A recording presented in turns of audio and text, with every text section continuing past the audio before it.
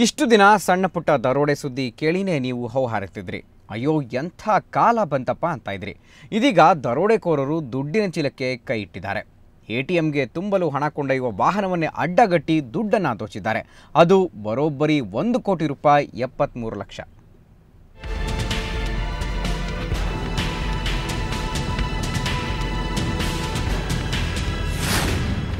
ನೋಡ್ತಾ ಇದ್ದವರಿಗೆ ಇಲ್ಲೇನು ಸಿನಿಮಾ ಶೂಟಿಂಗ್ ಆಗ್ತಿದ್ಯಾ ಅನ್ನೋ ಹಾಗಿತ್ತು. ನೂರಾರು ಜನ ನೋಡ್ತಿದ್ದಂತೆ ಹಾಡ ಹಗಲೇ ದರೋಡೆ ನಡೆದು ಹೋಯ್ತು. ಈ ಬಾರಿ ದರೋಡೆಕೋರರು ಆರಿಸಿಕೊಂಡಿದ್ದು ಎಟಿಎಂಗೆ ಹಣ ತುಂಬೋ ವಾಹನವನ್ನ.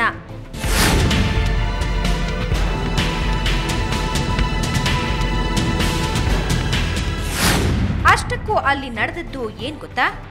ಬೆಳಗ್ಗೆ ಸುಮಾರು 11 ಗಂಟೆ ಸಮಯ. ಆರ್ಟಿ ನಗರದ ಬಿಡಿಎ ಕಾಂಪ್ಲೆಕ್ಸ್ ಬಳಿ ಎಂದಿನಂತೆ ಜನಜಂಗುಳಿ ಇತ್ತು. ಪ್ರತಿದಿನದಂತೆ ಇಂದೂ ಸಹ ಕಾಂಪ್ಲೆಕ್ಸ್ನಲ್ಲಿರುವ ಕಾರ್ಪೊರೇಷನ್ ಬ್ಯಾಂಕ್ನ ಎಟಿಎಂಗೆ ಹಣ ಹಾಕಲು ಬಂದದ್ದು ಸಿಎಂಎಸ್ ಏಜೆನ್ಸಿಯ ತವೇರಾ ವಾಹನ.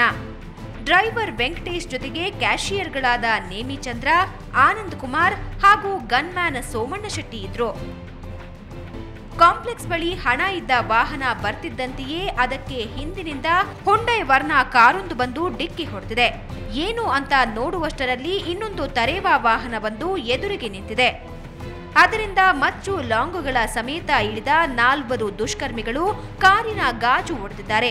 Security ಗಾರ್ಡ್ನ gun ಕಸಿದುಕೊಂಡಿದ್ದಾರೆ. ನಂತರ ಹಣವನ್ನ ತಮ್ಮ ವಾಹನಕ್ಕೆ ತುಂಬಿಸಿಕೊಂಡು ಪರಾರಿಯಾಗಿದ್ದಾರೆ. ಅವ ಹಿಂದೆಗಡೆ ಯಾವುದೊಂದು ಬಂದು ಆಕ್ಸಿಡೆಂಟ್ ಮಾಡ್ತೀವಿ ಮುಂದೆಗಡೆ ಸರಿ. ಹಿಂದೆ ಅವ್ರು ಬಂದು 4 ಜನ ಬಂದು ಸೆಕ್ಯೂರಿಟಿ ಗನ್ ತೊಗೊಂಡು ಗ್ಲಾಸೆಲ್ಲ ಹೊಡೆದಾಕಿ ಈ ಗಾಡಿಯಿಂದ ಬಾಕ್ಸಲ್ಲಿ ಶಿಫ್ಟ್ ಮಾಡ್ಕೊಂಡ್ರು ಅವರು. 4 ಜನ 4-5 ಜನ 4 ಜನ ಅವ್ರ ಕೈಯಲ್ಲಿ ಏನಾದರೂ ವೆಪನ್ಸ್ ಇತ್ತು, ಒಂದು ಮಚ್ಚಿತ್ತು, ಒಂದು ರಿವಾಲ್ವರು, ಗನ್ನೆಲ್ಲ ಇತ್ತು ಅವ್ರ ಕೈಯಲ್ಲಿ. ಮುಖಕ್ಕೆ ಒಂದು ಒಬ್ಬರು ಕಟ್ಟಿದ್ದು ಕೊಟ್ಟ. ನಾವು ದೂರ ಇದ್ರಲ್ಲ, ಅಷ್ಟು ದೂರ ಇದ್ರಿ, ಯಾಕೆ ಹೋಗೋದು ಬೇಡ ಅಂತೇಳಿ ನಾವು. ಒಟ್ಟು 1 ಕೋಟಿ 73 ಲಕ್ಷ ಹಣ ದುಷ್ಕರ್ಮಿಗಳ ಪಾಲಾಗಿದೆ ಅಂತ ಬ್ಯಾಂಕ್ನ ಸಿಬ್ಬಂದಿಯೇ ಖಚಿತಪಡಿಸಿದ್ದಾರೆ. ಈ ಸುದ್ದಿ ತಿಳಿದ ತಕ್ಷಣ ಸ್ಥಳಕ್ಕೆ ಪೊಲೀಸರು ಬಂದರು. ನಗರದಾದ್ಯಂತ ನಾಕಾಬಂದಿ ಹಾಕಲಾಯಿತು. 12 ಜನ ಇದ್ದಾರೆ ಅಂತಾರೆ, ಕೆಲವರು 15 ಜನ ಅಂತ ಹೇಳ್ತಾರೆ. ಒಬ್ಬರು 15 ಹೇಳ್ತಾರೆ, ಒಬ್ಬರು 12 ಹೇಳ್ತಾರೆ. ಬಂದು ಅದರಲ್ಲಿ ಮಚ್ಚು ಕತ್ತಿ ಎಲ್ಲ ಇಟ್ಕೊಂಡಿದ್ರು, ಅದರಲ್ಲಿ ಎದುರಿಸಿದ್ರು, ನಮ್ಗೆ ಹೊಡೆದಿದ್ದಾರೆ ಅಂತಾರೆ. ಇಂಜೂರ್ಡ್ ನೋಡಿದ್ದೀನಿ, ಏನಂತ ಇಂಜುರಿ ಆಗಿಲ್ಲ. ಕತ್ತಿ ರಿವರ್ಸ್ ಮಾಡಿ ಹೊಡೆದ್ರು ಅಂತ ಹೇಳ್ತಾರೆ. ಶಾರ್ಪ್ ಕಡೆಯಿಂದ ಹೊಡೆದಿಲ್ಲ, ಮಂಡ ಇರೋ ಕಡೆ ಹೊಡೆದಿದ್ದಾರೆ ಅಂತ ಹೇಳ್ತಾರೆ. ಸ್ವಲ್ಪ ಸಣ್ಣದ 1-2 ಗಾಯ ಥರ ಆಗಿದೆ. ಆಮೇಲೆ ಗನ್ ಇಟ್ಕೊಂಡಿದ್ರು ಅಂತ ಹೇಳ್ತಾರೆ, ಸಣ್ಣ ಪಿಸ್ತೂಲ್ ಟೈಪ್ ಅಂತ. ಅವ್ರು ಇಟ್ಕೊಂಡು ಎದುರಿಸಿ ಇದ್ದಂಥ ಅವ್ರು ಬ್ಯಾಂಕಲ್ಲಿ ಇದ್ದಂಥ ಇದರಲ್ಲಿ ವೆಹಿಕಲಲ್ಲಿದ್ದಂಥ ಬಾಕ್ಸ್ಗಳನ್ನ ತೆಗೆದುಕೊಂಡು ಹೋಗಿದ್ದಾರೆ. ಪ್ರತಿದಿನ ಒಂದು ದಾರಿಯಲ್ಲಿ ಬಂದು ಎಟಿಎಂಗೆ ದುಡ್ಡು ತುಂಬಿ ಹೋಗ್ತಾ ಇದ್ದ ಈ ವಾಹನ ಇಂದು ಇನ್ನೊಂದು ಮಾರ್ಗದ ಮೂಲಕ ಬಂದಿದೆ. ಇದು ಹಲವು ಸಂಶಯಗಳಿಗೆ ಕಾರಣವಾಗಿದೆ. ಆರ್ಟಿ ನಗರ ಪೊಲೀಸರು ಸಿಬ್ಬಂದಿಯನ್ನೇ ತೀವ್ರ ವಿಚಾರಣೆಗೆ ಒಳಪಡಿಸಿದ್ದಾರೆ. ಇದರ ಜೊತೆಗೆ ಇಷ್ಟು ದೊಡ್ಡ ಮೊತ್ತದ ದುಡ್ಡು ಸಾಗಿಸುವಾಗ ತೆಗೆದುಕೊಳ್ಳಬೇಕಾದ ಕನಿಷ್ಠ ಮುನ್ನೆಚ್ಚರಿಕೆಯನ್ನು ತೆಗೆದುಕೊಳ್ಳದೇ ಇರೋದು ಮೇಲ್ನೋಟಕ್ಕೆ ಖಚಿತವಾಗಿದೆ. ಮಾರುತಿ ಪಾವಗಡ, ಸುವರ್ಣ ನ್ಯೂಸ್ 24/7, ಬೆಂಗಳೂರು. ರಂಪ ರಾಮಾಯಣಕ್ಕೆ ಕಾರಣವಾಗಿದ್ದ ಕಠಾರಿ ವೀರ ವಿವಾದ ಸುಖಾಂತ್ಯ ಕಂಡಿದೆ. ಚಿತ್ರದಲ್ಲಿನ ಅವಹೇಳನಕಾರಿ ದೃಶ್ಯಗಳ ಬಗ್ಗೆ ಉಪೇಂದ್ರ ಕ್ಷಮೆಯಾಚನೆ ಮಾಡಿದ್ದಾರೆ. ಅಷ್ಟೇ ಅಲ್ಲ, ತಪ್ಪು ಕಾಣಿಕೆಯನ್ನು ಅರ್ಪಿಸಿದ್ದಾರೆ. ಕೃಷ್ಣನ ಸನ್ನಿಧಿಯಲ್ಲಿ ಒಪ್ಪಿ ಬಹಿರಂಗ ಕ್ಷಮೆಯಾಚಿಸಿದರೆ ಶಿರೂರು ಶ್ರೀಗಳು ಕಠಾರಿ ವೀರನಿಗೆ ಶುಭ ಹಾರೈಸಿದರು. ತಮ್ಮೊತ್ತೊಂದು ಕೊಡಲೇ ನಮ್ಮ ನಿನಗೆ ಕೊಡಲೇ ನಮ್ಮ ಈ ಟೀನೇಜ್ ಲವ್ ಅನ್ನೋದು ಬರಲೇಬೇಕು ನನಗೆ. ಐ ಲವ್ ಯು ಅಂತ ನೀ ಹೇಳಬೇಕು. ಆರಂಭದಿಂದಲೂ ಒಂದಲ್ಲ ಒಂದು ವಿವಾದಕ್ಕೊಳಗಾಗಿದ್ದ ಕಠಾರಿ ವೀರನಿಗೆ ಮುಕ್ತಿ ಸಿಕ್ಕಿದೆ. ನಿನ್ನೆಯಷ್ಟೇ ಮುನಿರತ್ನ ಮತ್ತು ಶಿರೂರು ಸ್ವಾಮೀಜಿಗಳ ನಡುವೆ ಒಪ್ಪಂದವಾಗಿತ್ತು. ಇದೆಲ್ಲ ಮುಗಿದ ಬಳಿಕ ಇದೀಗ ಚಿತ್ರದ ನಟ ಉಪೇಂದ್ರ ಕೂಡ ಇವತ್ತು ಉಡುಪಿ ಶ್ರೀಕೃಷ್ಣ ಮಠಕ್ಕೆ ಭೇಟಿ ನೀಡಿದರು. ಚಿತ್ರದ ಬಗ್ಗೆ ಅಪಸ್ವರ ಎತ್ತಿದ್ದ ಶಿರೂರು ಮಠದ ಲಕ್ಷ್ಮೀವರ ತೀರ್ಥರನ್ನ ಭೇಟಿಯಾದರು. ಚಿತ್ರದಲ್ಲಿ ದೇವತೆಗಳ ಅವಹೇಳನವಾಗಿರೋ ಬಗ್ಗೆ ದೇವರ ಸನ್ನಿಧಿಯಲ್ಲಿ ಬಹಿರಂಗ ಕ್ಷಮೆಯಾಚಿಸಿದ್ರು. ಅಷ್ಟೇ ಅಲ್ಲ, ದೇವರಿಗೆ ತಪ್ಪು ಕಾಣಿಕೆ ಅರ್ಪಿಸಿದ್ರು. ಸ್ವಾಮಿಗಳ ಆಶೀರ್ವಾದ ಇದೆ, ಅವ್ರು ನಮಗೆ ಬುದ್ಧಿ ಹೇಳಿದ್ದಾರೆ. ಎಲ್ಲೋ ಒಂದು ಕಡೆ ಇದಾದಾಗ ಅದ್ರ ಬಗ್ಗೆ ಎಲ್ಲ ಮಾತಾಡಿ ಎಲ್ಲರೂ ಕೂತ್ಕೊಂಡು ಚರ್ಚೆ ಮಾಡಿ ಅದನ್ನು ಬಗೆಹರಿಸ್ತೀವಿ. ನಿಮ್ಮ ಆಶೀರ್ವಾದ, ಶ್ರೀಕೃಷ್ಣನ ಆಶೀರ್ವಾದ, ಸ್ವಾಮಿಗಳ ಆಶೀರ್ವಾದ, ಎಲ್ಲ ಜನಗಳ ಆಶೀರ್ವಾದ ಈ ಸಿನಿಮಾದ ಮೇಲೆ ಇರಬೇಕು. ಸಿನಿಮಾನ ಗೆಲ್ಲಿಸಿ ಇನ್ನೂ ಒಳ್ಳೊಳ್ಳೆ ಸಿನಿಮಾಗಳು ಮಾಡೋದಕ್ಕೆ ಅವಕಾಶ ಮಾಡಿಕೊಡಿ. ಇನ್ನು ಶಿರೂರು ಮಠದ ಲಕ್ಷ್ಮೀವರ ತೀರ್ಥ ಸ್ವಾಮೀಜಿಗಳು ಉಪೇಂದ್ರ ಭೇಟಿಯಿಂದ ತನಗಾದ ನೋವು ಮರೆತಿದ್ದೇನೆ ಎಂದರು. ಇದೇ ವೇಳೆ ಚಿತ್ರದ ಯಶಸ್ಸಿಗೆ ಶುಭ ಕೋರಿದ್ರು. ಅಲ್ಲದೆ ಇನ್ಮುಂದೆ ಕನ್ನಡ ಚಿತ್ರಗಳಲ್ಲಿ ಹಿಂದೂ ಪಾತ್ರಗಳ ಅವಹೇಳನ ಆಗಬಾರದು ಎಂಬ ಎಚ್ಚರಿಕೆಯನ್ನು ನೀಡಿದ್ರು. ರೀಸೆನ್ಸಾರ್ ಆದ ಬಳಿಕ ಚಿತ್ರ ವೀಕ್ಷಿಸುವುದಾಗಿ ಹೇಳಿದ್ರು. ಯಾವುದೆಲ್ಲ ಅವಹೇಳನಕಾರಿ ದೃಶ್ಯಗಳಿದೆಯೋ ಅದನ್ನು ಪೂರ ತೆಗಿತಾ ಇದ್ದಾರೆ. ಇನ್ನು ಗುರುವಾರದ ನಂತರ ಆ ಸಿನಿಮಾ ಚೆನ್ನಾಗಿ ಮೂಡಿ ಬರಲಿಕ್ಕಿದೆ. ಆ ಸಿನಿಮಾಗಳನ್ನು ನಾವು ಮತ್ತೆ ಪುನಃ ವೀಕ್ಷಿಸಲಿಕ್ಕೆ ಪ್ರಯತ್ನ ಮಾಡ್ತೇವೆ.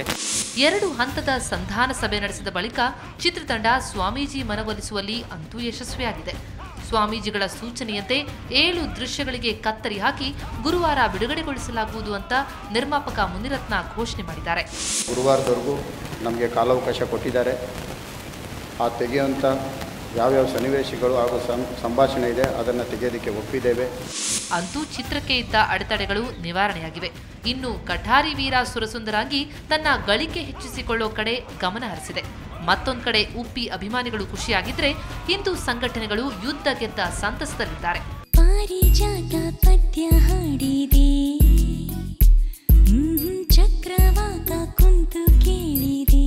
ಶಶಿಧರ್ ಮಾಸ್ತಿ ಬೈಲು, ಸುವರ್ಣ ನ್ಯೂಸ್ 24/7 ಉಡುಪಿ. ಒಂದೊಂದು ನಿಮಿಷ ಸುಖದ ಸುಪ್ರಭಾತ ರಮ್ಯಾ ಮಂದಿರ. ಈಗ ಮತ್ತಷ್ಟು ರಾಷ್ಟ್ರೀಯ ಸುದ್ದಿಗಳತ್ತ ಒಂದು ಪಕ್ಷಿ ನೋಟ ಕ್ವಿಕ್ ಲುಕ್ನಲ್ಲಿ. ನಿತ್ಯಾನಂದ ಸೆಕ್ಸ್ ಸಿಡಿ ಪ್ರಕರಣ. ನಟಿ ರಂಜಿತಾ ಬಗ್ಗೆ ಮಾತನಾಡಿದ ಕಂಚಿಶ್ರೀ ವಿರುದ್ಧ ಮಾನನಷ್ಟ ಮೊಕದ್ದಮೆ. ಮುಂಬೈ ಮ್ಯಾಜಿಸ್ಟ್ರೇಟ್ ಕೋರ್ಟ್ನಲ್ಲಿ ಕ್ರಿಮಿನಲ್ ಕೇಸ್ ದಾಖಲಿಸಿದ ರಂಜಿತಾ. ನಟ ಚಿರಂಜೀವಿ ಅವರ ಹಿರಿಯ ಪುತ್ರಿ ಮನೆ ಮೇಲೆ ಐಟಿ ರೇಡ್. ಚೆನ್ನೈನ ಸುಷ್ಮಿತಾರ ನಿವಾಸದಲ್ಲಿ 35 ಕೋಟಿ ರೂಪಾಯಿ ನಗದು ಪತ್ತೆ. ಹಣವನ್ನ ಆರ್ಬಿಐ ವಶಕ್ಕೆ ನೀಡಿದ ಐಟಿ ಅಧಿಕಾರಿಗಳು. ಶುಕ್ರವಾರ ದಾಳಿ ನಡೆದಿತ್ತು. ಏರ್ಸೆಲ್ ಮ್ಯಾಕ್ಸಿಸ್ ಒಪ್ಪಂದ ಹಗರಣ. ನಾನಾಗಲಿ ನನ್ನ ಕುಟುಂಬವಾಗಲಿ ಯಾವುದೇ ಷೇರು ಹೊಂದಿಲ್ಲ. ಸಾಮಾನ್ಯ ರೀತಿಯಲ್ಲೇ ಅರ್ಜಿ ವಿಲೇವಾರಿಯಾಗಿದೆ. ಪ್ರತಿಪಕ್ಷಗಳ ಆಗ್ರಹಕ್ಕೆ ರಾಜ್ಯಸಭೆಯಲ್ಲಿ ಭಾವುಕರಾಗಿ ಉತ್ತರಿಸಿದ ಚಿದಂಬರಂ. ನೇಪಾಳದಲ್ಲಿ ವಿಮಾನ ದುರಂತ. ಜೋಮ್ಸೋಮ್ ಏರ್ಪೋರ್ಟ್ನಲ್ಲಿ ಪತನವಾದ ವಿಮಾನ. 12 ಭಾರತೀಯರು ಸೇರಿ 14 ಜನರ ದುರ್ಮರಣ. 2 ಭಾರತೀಯ ಬಾಲಕಿಯರು ಸೇರಿ 7 ಮಂದಿಯ ರಕ್ಷಣೆ. ಆರುಷಿ ತಲ್ವಾರ್ ಹಾಗೂ ಹೇಮರಾಜ್ ಕೊಲೆ ಪ್ರಕರಣ. ನೂಪುರ್ ತಲ್ವಾರ್ಗೆ ಇನ್ನೂ ಬಿಡುಗಡೆಯ ಭಾಗ್ಯವಿಲ್ಲ. ಮೇ 16ಕ್ಕೆ ವಿಚಾರಣೆ ಮುಂದೂಡಿದ ಗಾಜಿಯಾಬಾದ್ ಕೋರ್ಟ್. ಸಿಡಿಗಳನ್ನು ಒದಗಿಸಲು ಸಿಬಿಐಗೆ ಸೂಚನೆ.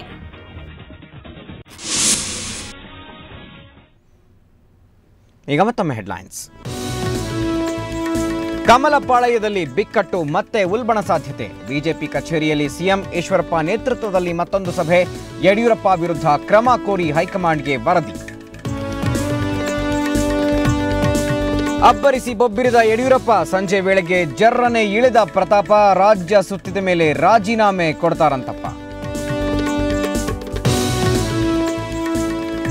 ದಿನವಿಡೀ ಬೂದಿ ಮುಚ್ಚಿದ ಕೆಂಡದಂತಿದ್ದ ಕಮಲ. ಎಡ್ಡಿ ಪಟ್ಟಿಗೆ ಹೈಕಮಾಂಡ್ ವಿಲವಿಲ. ಬಿಎಸ್ವೈ ಮುಂದಿನ ನಡೆಯ ಬಗ್ಗೆ ಗರಿಗೆದರಿದ ಕುತೂಹಲ. ಭೀಕರ ಬರದಲ್ಲೂ ನಾಯಕರ ಪ್ರತಿಷ್ಠೆಯ ಕಿತ್ತಾಟ. ಕೇಳೋರಿಲ್ಲದೆ ಕೇಂದ್ರ ಅಧ್ಯಯನ ತಂಡದ ಪರದಾಟ. ದೊಂಬರಾಟದ ನಡುವೆ ಮತದಾರರೇ ಅನಾಥ. ಶ್ರೀಕೃಷ್ಣನ ಸನ್ನಿಧಿಯಲ್ಲಿ ಉಪೇಂದ್ರ ಸವಾರಿ. ದೇವರ ಅಪಹಾಸ್ಯಕ್ಕೆ ಕಾಣಿಕೆ ಸಲ್ಲಿಸಿ ಸಾರಿ. ಕಠಾರಿ ವೀರನಿಗೆ ಶುಭ ಕೋರಿದ ಶಿರೂರು ಶ್ರೀ.